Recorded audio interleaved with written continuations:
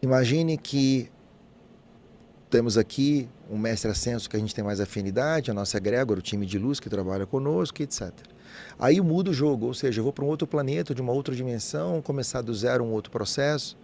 Você vai mudar o mestre ascenso, pode ser que ela não tenha a figura do mestre ascenso, pode ser que você seja o mestre ascenso, pode ser que você, em algum momento, a sua egrégora seja outra egrégora, você tenha ajuda de outros extraterrestres, não necessariamente daqueles que são da sua família. A única entidade que vai ficar com você a vida inteira, a eternidade inteira, é você mesmo. Então, por que você busca algo fora se o que existe é dentro? Então, sim, todo jogo é feito para gerar medo, culpa e apego. Todo jogo. Apego. Vocês já notaram que está tendo um surto, entre aspas, muito grande, principalmente de 20 anos para cá, em toda a parte de pessoas com autismo, TDAH? Uhum. O que são os autistas e os TDAHs?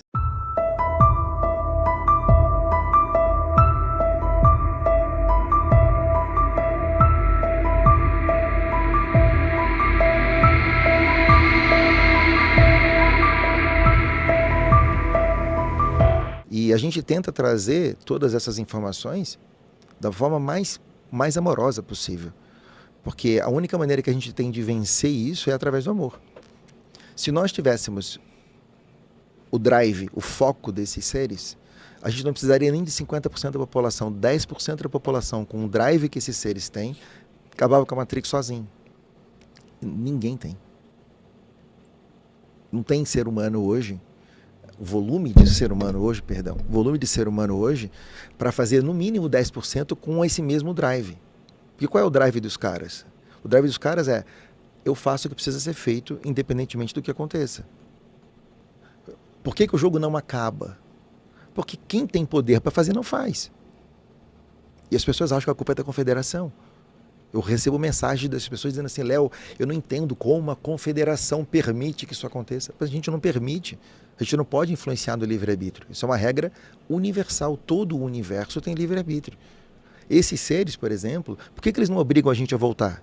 Por que você está numa prisão, mas essa prisão, que era a roda de Sansara, por que essa prisão ela é tão engenhosa? Você lembra que esse planeta é um planeta de experiência, baseado no sentimento, e a gente tem a culpa, medo e o apego? Eles, através da culpa, medo e apego, fazem com que você queira voltar por livre-arbítrio para limpar aquilo que você precisa ser limpo, acreditando que aquilo é um processo evolutivo. Senão você não volta. Por que alguns mestres ascensos conseguiram passar disso? Eles sabiam a verdade e falaram assim: eu não entro nesse jogo. Tchau para vocês, estou indo embora. E você vai embora, eles não podem te segurar, é impossível. É contra a lei do livre-arbítrio, eles sofrem uma intervenção galáctica se isso acontece. Então, sim, todo jogo é feito para gerar medo, culpa e apego. Todo jogo. Só para recapitular, então, esse processo que você falou, né, das cidades espirituais, astrais, então lá, esse período que a gente passa lá, na verdade, a gente está refazendo um novo contrato, que seriam arcontes, ali no caso, para que a gente volte, então, para cá, com supostamente esse karma para ser limpo aqui. Exatamente assim. Sem tirar nem pôr nada. Uhum. Por isso que isso é um sistema escravatório. E é por isso que ele está acabando. Mas está acabando como exatamente? No momento que finda a Matrix, a parte de volta já acabou. A roda de Sansara ela não existe mais. Então não existe a retroalimentação do sistema. Então aqueles que estão partindo desse plano para um outro plano já estão indo para outros planetas, não voltam mais para cá. Aqueles que estão vindo para cá, consciências novas, essas consciências novas que estão chegando aqui já são consciências que nunca estiveram aqui. Então eles não fazem parte dessa roda. Eles entram na regra do jogo, mas não pegam o retorno. Então eles entram livres de culpa, medo e apego. Vocês já notaram que está tendo um surto, entre aspas, muito grande, principalmente de 20 anos para cá, em toda a parte de pessoas com autismo, TDAH? Uhum. O que são os autistas e os TDAHs? São pessoas que vieram para cá, têm no máximo uma ou duas experiências nesse planeta e têm uma dificuldade enorme de entender por que isso aqui funciona desse jeito. Uhum. Qual a primeira coisa que você faz? Você se fecha. Você se fecha. A melhor maneira de controlar que você não se abra é através de medicamento. Então é muito mais fácil você diagnosticar alguém com autismo, entuba medicamento, aquela criança, adulto, fica fechado, porque ele fica o tempo inteiro dopado e não consegue acessar aquilo que ele precisa acessar.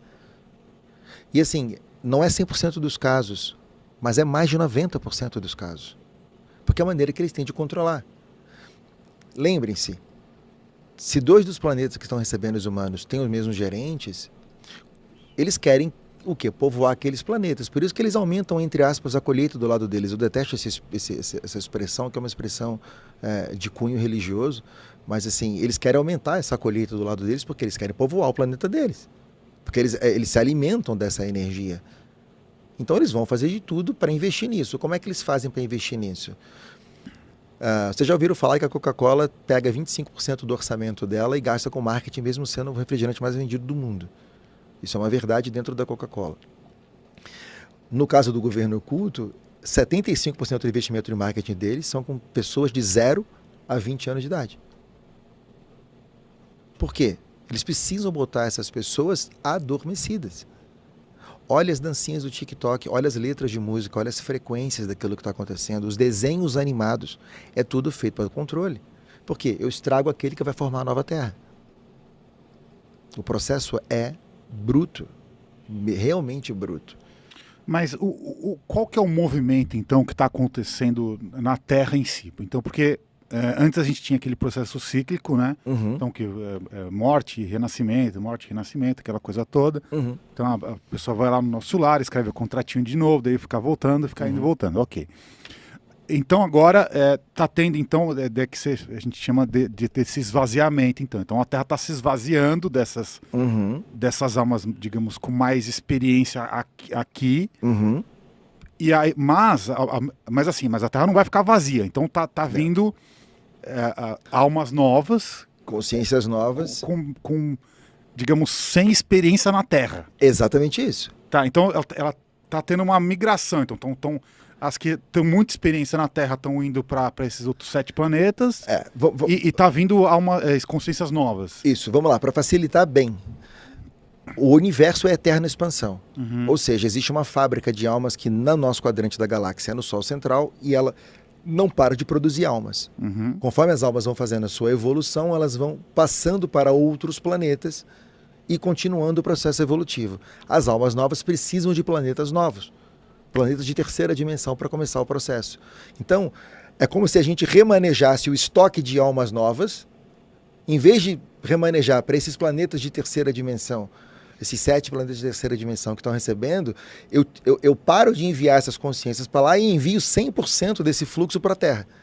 E eu começo, então, a fazer o processo de repovoar a Terra com consciências novas. O que acontece, Léo? Você estava falando e eu fui pegando nas suas palavras flutuantes ali, que você falou assim, uma hora determinada hora, você falou assim, obrigado, e continuou como se você tivesse recebido uma mensagem muito próxima a você. Claro que você falou que recebe dos arcturianos, é um arcturiano, mas eu queria que você explicasse, porque as pessoas estão... Ele é um ET, ele fala pelos ET, só pra gente dar uma explicação geral do que aconteceu aqui. Você está recebendo essas informações de alguém?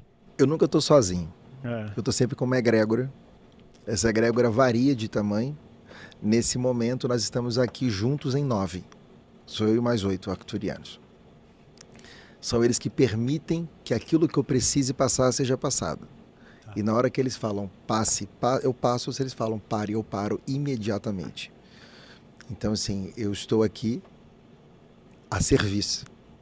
E sou extremamente obediente.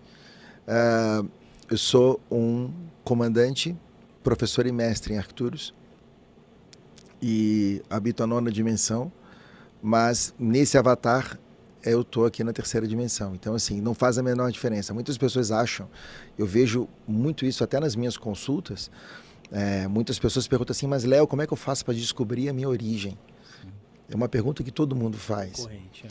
Então, assim, essa pergunta ela tem 2 problemas. O primeiro problema dessa pergunta é que todo mundo que pergunta acha que tem uma origem. Ou quer ter. Ou quer ter. E o segundo problema é que não faz a menor diferença. Porque é indiferente. Não importa qual o grau de dimensão de densidade do qual você vem. Uma vez estando aqui, você está preso num avatar que é para fazer a terceira dimensão. Então, assim, por que eu descobri isso? Porque chegou um momento onde a minha missão bateu na porta e eu precisei fazer. Então, assim, eu não busquei a informação, eu nunca fui atrás de saber quem eu era. Nunca foi importante. Nunca senti nenhum desejo de falar assim, nossa, eu queria tanto ser um ET, queria tanto ser de um... Nunca, nunca.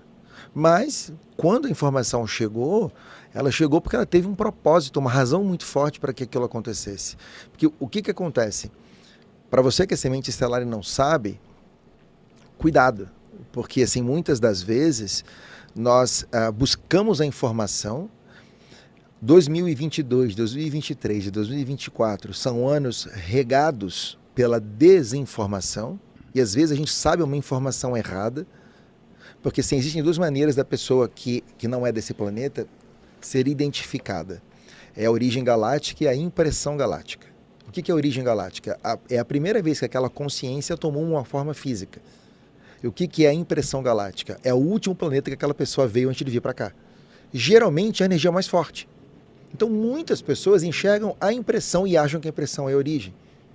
Então, se você vira e fala assim, nossa, eu estou sentindo uma energia em você pleiadiana, então vou passar a partir de agora só me conectar com pleiadianos. Não resolve nada. Porque se o seu trabalho nesse planeta não tiver a ver com os pleiadianos, você vai se conectar com nada. Eles vão conversar com você e tal, mas não vão te ajudar no processo. Então, é importante que nós sempre falamos para todos vocês, foquem a atenção em vocês. A energia tem que estar dentro de nós. A gente tem que voltar a nossa atenção para dentro de nós. E quando eu volto a atenção para dentro de nós, todas as respostas estão em mim. Ah, eu não tive todas as respostas que eu gostaria. Então você não foi fundo o suficiente. E é esse o processo. A gente sempre diz isso. Eu amo estar no YouTube, eu amo ver as pessoas no YouTube e vários outros...